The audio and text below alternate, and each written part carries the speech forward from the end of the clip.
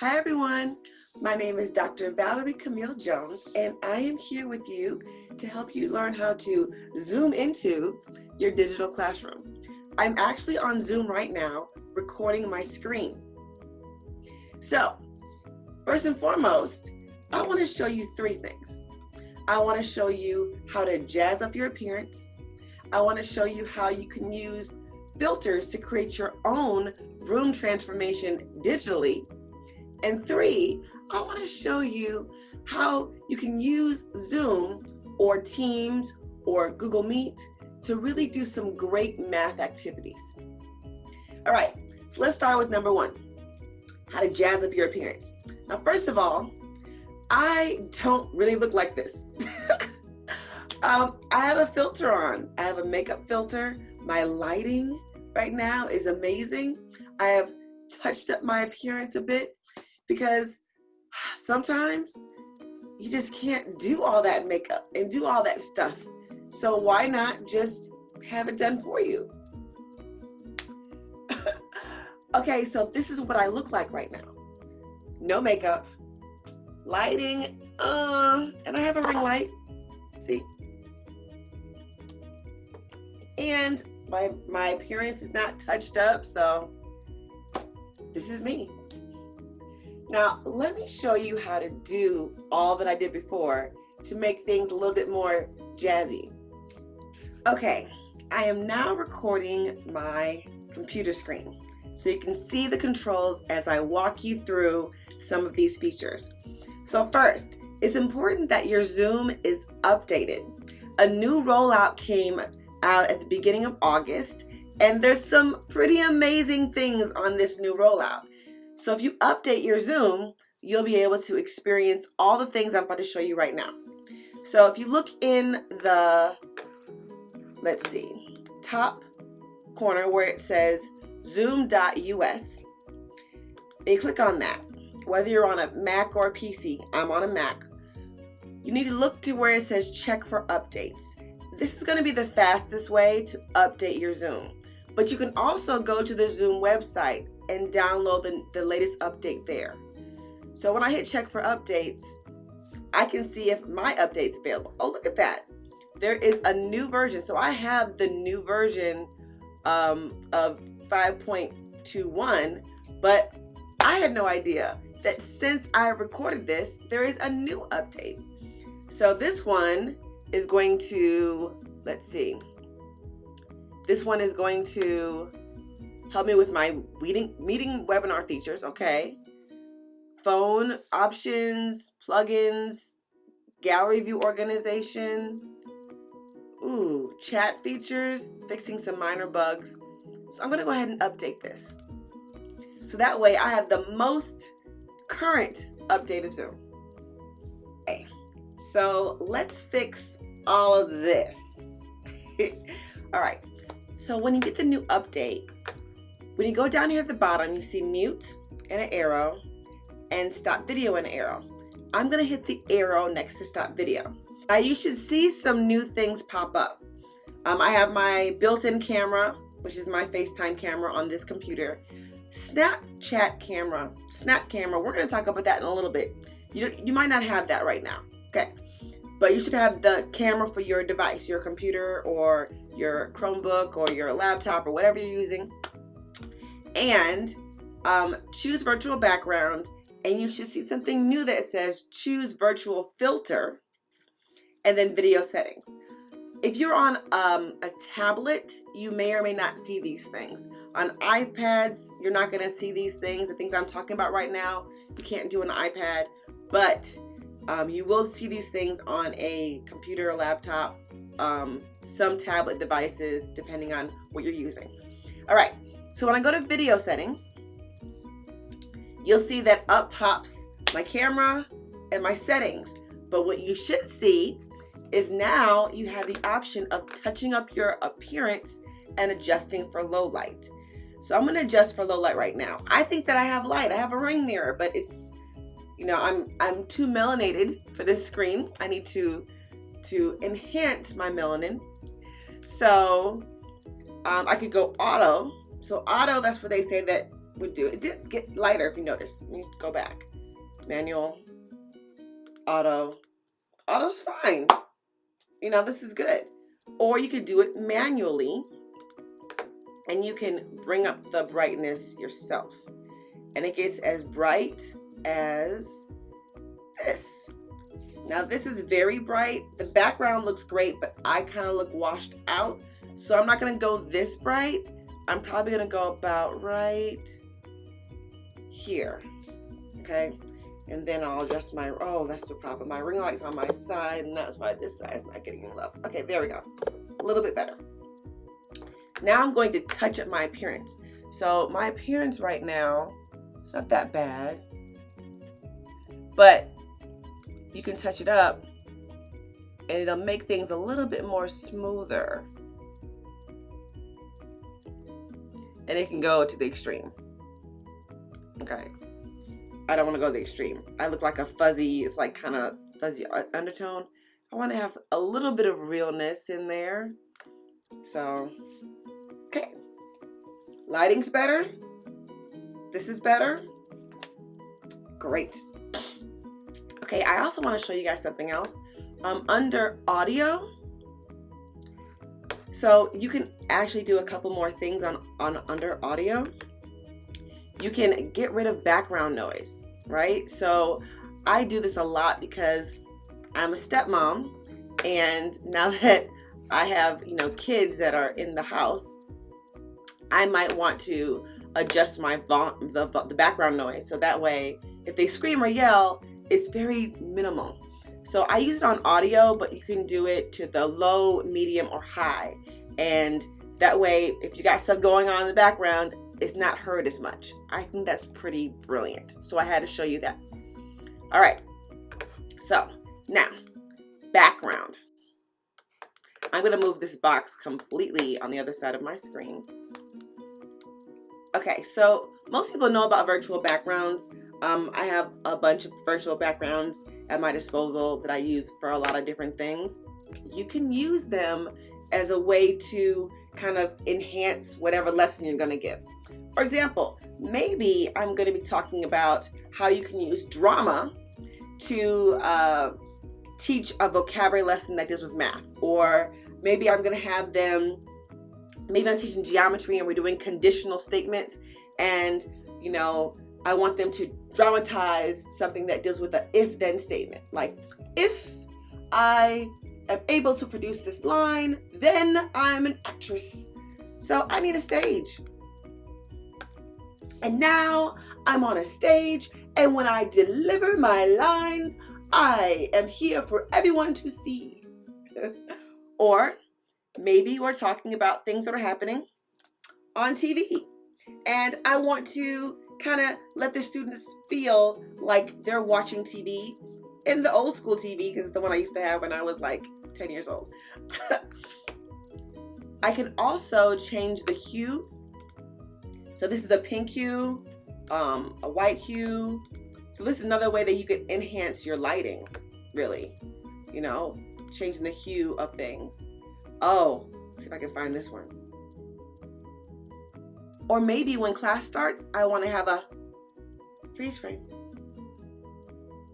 And then be there. And they're like, oh my gosh, she's really there. It's a lot of fun things to do. They also have, you know, fun filters to have. Maybe I have my mask on, or this mask, or maybe I just want to wear my glasses as I teach. There are so many fun little filters here for your choosing that are already embedded into Zoom. Now, I know what some of you guys are thinking. You're thinking, this is great. I love all your Zoom filters. They're so cute, but I'm not using Zoom to teach. We have to use Microsoft Teams, or we have to use Google Meet, or some other program. We're not using Zoom. So how am I gonna make this fun filter thing go on? I got you. So there is a website using Snapchat camera where you can put filters on your computer and it'll work with any program. You might be thinking, wait, I don't have a Snapchat account. You don't need one. And I'm going to show you how to do that right now. Okay, so I'm back showing you my computer screen. I'm going to go ahead and open up Google Chrome. And now I'm going to type in the Snapchat camera website. It is snapchatcamera.snapchat.com. If I go here, I can see that I can now download this program onto my computer. It is not really a big program, it's just like an extension. So you're going to hit download. It talks about the requirements and the license agreement. You're going to say, yes, I've read the policy. You do not have to put in your email. And then say you're not a robot, and you'll get access to going to download it for a Mac or for a PC. Like I said, it works for everything. After you download it, this is what it's going to look like.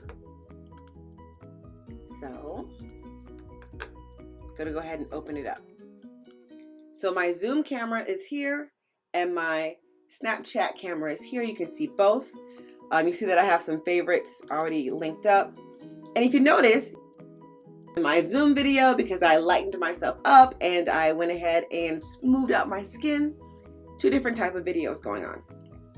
Now, I'm going to go ahead and put on the last filter I had in the very beginning of my video today. And it's my makeup filter. So this is the filter that I had on when I first said, hi, my name is Camille, and I'm here to do this session. This is what I had on, okay? Filter, it's a makeup filter, so I don't have to worry about putting my makeup on because Snapchat has me. But I can also, maybe I want to put on a math hat. Or maybe I want to have math, oh, that's when I multiplied myself. If I want to have math floating everywhere. But imagine what you can do with this. You really can take a topic in your class and make it come to life, right? So we'll see what they have for mystery. Okay, well they have this kind of blurry thing, so maybe it's a story and it's a ghost story and you're going through everything with your class. Or maybe you're reading Scooby-Doo, and as you're reading the story of Scooby-Doo, you want to make sure that they kind of feel like they're part of everything. Think about what you could do with your students with this, right? This one is hilarious. All right. So I just love using it because it really can amplify my lessons. Now, because of this, there's also some rules and regulations that I give my class when they come to my class. We have Zoom etiquette, and I modified my Zoom etiquette from when it was in the spring based off of the new things that have come out this fall. So next, I'm going to share with you my Zoom etiquette rules for Zoom and see how you guys might want to adapt it for your class. Now, I really hope that tonight when you see you at the happy hour that you have the best filter on in the Zoom room.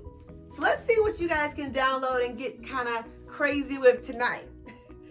You know, honestly, I also want to give my students the opportunity to express themselves through filters in a way that's not distracting to my class lesson.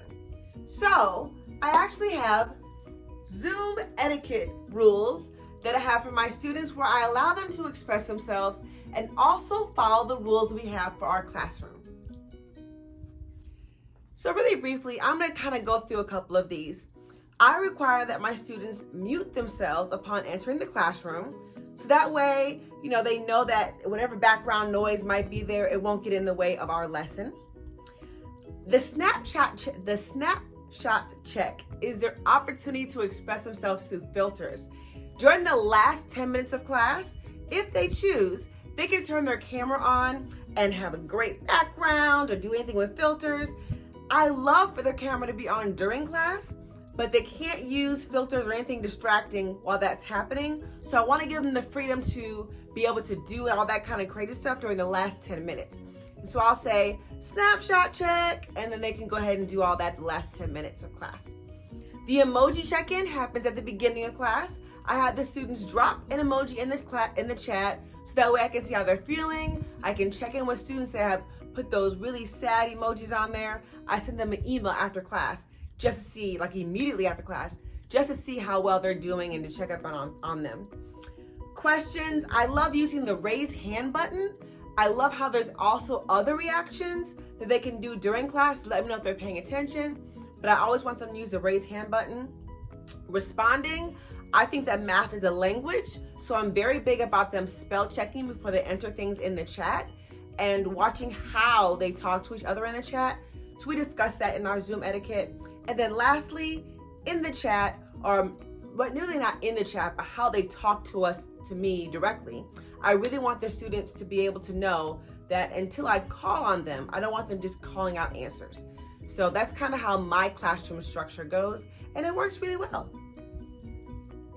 Now, I also like to highlight my students who are high achievers.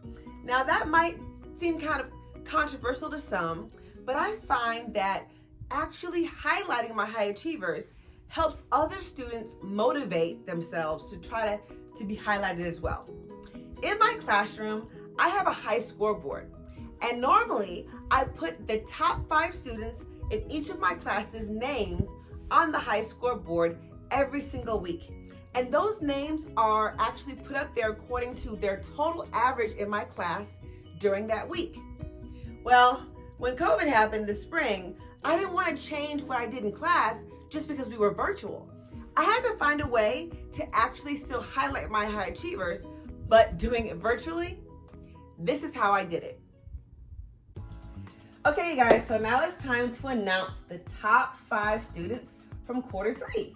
So every single, pretty much 2 weeks, but definitely at the end of the quarter, I like to announce the top 5 students in my class who have the highest score in the class out of a class of 30. And I normally put the names of those students on a high scoreboard in my classroom, but since we are now doing digital learning, I'm going to announce it on our Zoom. So, okay, so let's see. I'm going to go ahead and put this in speaker view. All right, so coming in 5th place is Robert. Congratulations. Yo, thank you for this opportunity. This is amazing. Great, thank you, Robert. Okay, coming in 4th place is Maya. Thank you. Hi, can you guys see me? Yes, we can. Congratulations, Maya. All right, Thank you. 3rd place is Naima. Thank you, Dr. Jones. That's the Altruismo representing. Okay, coming in 2nd place is Emily. Yay, thank you, Dr. Jones. Congratulations, Emily. All right, and our number 1 place is Amari. Thank you, Dr. J. Great job, Amari. You're killing it.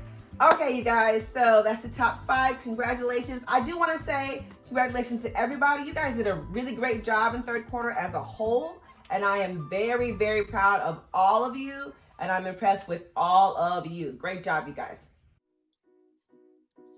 So here we are back on Zoom. If your system, whether it's Zoom or Microsoft Teams, allows for virtual backgrounds, I have another math idea you could do with your students that could be fun, engaging, and allow the students to show their creativity. Why not have a virtual background competition? You can do this several ways. You could have the students have to draw or design through computer graphics a background for your math class and have a contest where the students have to submit their images in and then vote on the very best image, and then all the students can have the same background in your class. It'll be fun to see what they come up with, fun to see how they apply what they've been learning, but here's how I'm going to do it. I haven't told the students yet, so you're getting some inside information. What I'm going to do is every single new unit, I'm going to have a virtual background competition for that unit. So for example, if we are learning about fractions, I'm going to say, okay, or we're going to do fractions now. We're going to have a rational numbers unit. And what I want you to do is design a background that you think that when someone's viewing your background, they're getting a lesson about rational numbers. So in designing their backgrounds, they're not only going to, make them look pretty, but they're going to make them mathematically sound because they want to win that competition. And I'm going to do it for every single unit, so that way there could be multiple winners during that whole entire quarter. I actually got the idea from a STEM camp that I was involved in this summer. And we had a background competition for every group. We put the kids in cabins because it was STEM camp, and every cabin had to design a background. This was the background that my cabin designed. We were the STEM bots, and a student designed this background. I loved it. Now I got 8 entries for the competition, but we voted and this one won. So every time we had a big meeting together with everyone in the camp, we used this background image. And that way, people whenever we were competing or doing whatever, people who were giving out the scores could know which cabin to award the points to. So I thought, why not use this for my class? And that's what I did. I used the same idea for my class. And in fact, the first competition starts on Tuesday. So last night, we played games from 2 websites. One website is shown here, Puzzleorg. And I wanted to go over with a little bit of the different games they have on this website, just because I think it's an excellent website to use if you ever want to make an escape room, more specifically a math escape room for your students. You can use this website for clues. So it's really fun and great. I really recommend getting an account. You can create crossword puzzles, word searches. I love their jigsaw puzzles. Think about it. You can create an image that has, a problem to solve. And then the website will make it into a jigsaw. And when you put the pieces together, that's how they can figure out what the answer is that they need to go to the next stage of the escape room. They have little quizzes here. They have matching activities, memory games. The sliding puzzle is the activity that you guys did last night. And making it really easy, they have a scavenger hunt game that is awesome to use for escape rooms, as well as a cryptogram. So I really wanted you guys to see what website it was, because in case you were not able to join us last night, you really missed out on some great tools you can use in your class. The other website from last night that we kind of played with came from jigsawplanet.com, and I even did a search in here for escape room, so you can see different things that are already here that you may be able to use. There might be, for example, looking at these playing cards, there might be a problem that you gave the students and the answer was 694, or they need to use 694 for the next leg of the escape room. So solving this puzzle that has 24 pieces and putting it in the right location will reveal the code to unlock something or to apply to something else. It's just really a lot of fun. You can get lots of ideas for different ways to escape the room. They even have things pre-made, like I said right here. But I really wanted you guys to kind of get an idea and kind of be inspired by these 2 particular websites and see maybe how you can use that in a escape room using Google Forms or something to kind of get the flow going and to get the excitement going. And all you would need to do, just like we did last night, is drop the link in the Zoom or the Google Meet or whatever you're using. What I can say about this particular website, puzzle.org, is you can custom make what the announcement is going to be after they solve the puzzle. So once they get the answer to the puzzle, you can actually put a link in there, and it can say the next clue is this, or go to the next website. So I like this website for that purpose.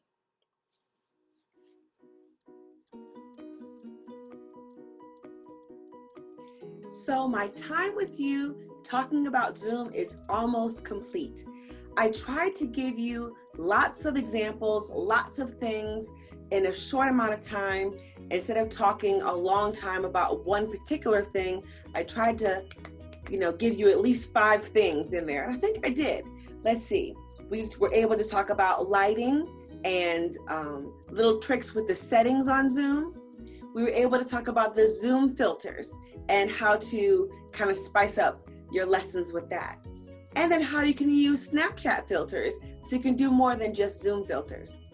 We were able to talk about the Zoom etiquette and how I use that, and also how I highlight students even during a pandemic. We were also able to discuss ways that you can have the students create virtual backgrounds to give them a sense of ownership and creativity in your math class. And we were also able to talk about different games and things you could do to incorporate into a math escape room. So before I leave, I want to show you one more thing. So in the settings of Zoom, when you share your screen, there's a new feature that's pretty cool. So I'm going to do that. I'm going to share my screen. Okay, so when I share my screen, watch what happens. I hit the share screen button. I'm getting, do I want to share the desktop? Do I want to use a whiteboard to talk? Am I using an iPhone? So when you go down to, first and foremost, whenever you share your screen, always make sure to click this button. If you're going to play music, like sometimes when the students are first coming into class, I like to play music and I like to share my screen. Make sure you hit that button that says share computer sound. That way your sound is nice and crisp. All right, so I'm going to go to advanced and I'm going to share my slides as a virtual background. When I select that and hit share, it's going to ask me to find my PowerPoint or whatever I'm using to share. So I'm going to find my PowerPoint. There it is. I just found one that I was using earlier. And now it's going to prepare my slides, okay? So the cool thing about this is now I'm embedded. Do you guys see that? It's so cool. So I'm still in the little box at the top, but I'm embedded in my PowerPoint slides. In fact, this kind of looks like what Esther does when she makes her lessons, except I didn't have to do any green screen editing. I am here sitting down in my Zoom and I'm now embedded in my slides, right? So this is from a workshop I did before, but think about that. I could stand up and I could talk to the students and I could be more interactive. When I go to the next slide, I can still do that. I can still, talk, and it's really cool. I can move around this whole screen. I can shrink myself to make myself really small. I could be on top of the world. I'm on top of the world. I'm on top of the world. I can make myself really huge, as big as I want, right? I did this with my students the other day. I had a whole bunch of different type of words, and I was like punching the words, and the students got a big kick out of that. But this feature is really cool. Really, really cool. This is part of my Google Classroom, you see.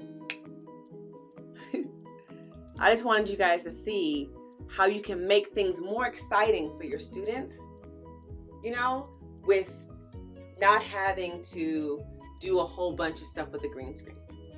I couldn't let you guys leave without seeing that. It's a pretty dope feature. Again, let me show you how I get to it. So I'm going to stop sharing the screen. You hit share screen, then you go to advanced, and there it is, slides as virtual background. Oh, if you ever wanted to, maybe you wanted to just share, you wanted to just share the sound but not show your screen, you go to share screen, go to advanced, and there it is. Share music or computer sound only, and then you can just share that. Okay, you guys, I hope you got a lot of stuff out of this session. things that you could use in Zoom and outside of Zoom, some ideas. And I can't wait to see you tonight for happy hour. Remember, make sure that you pick a great filter to use because I want to see how well you got what we talked about today. All right, bye.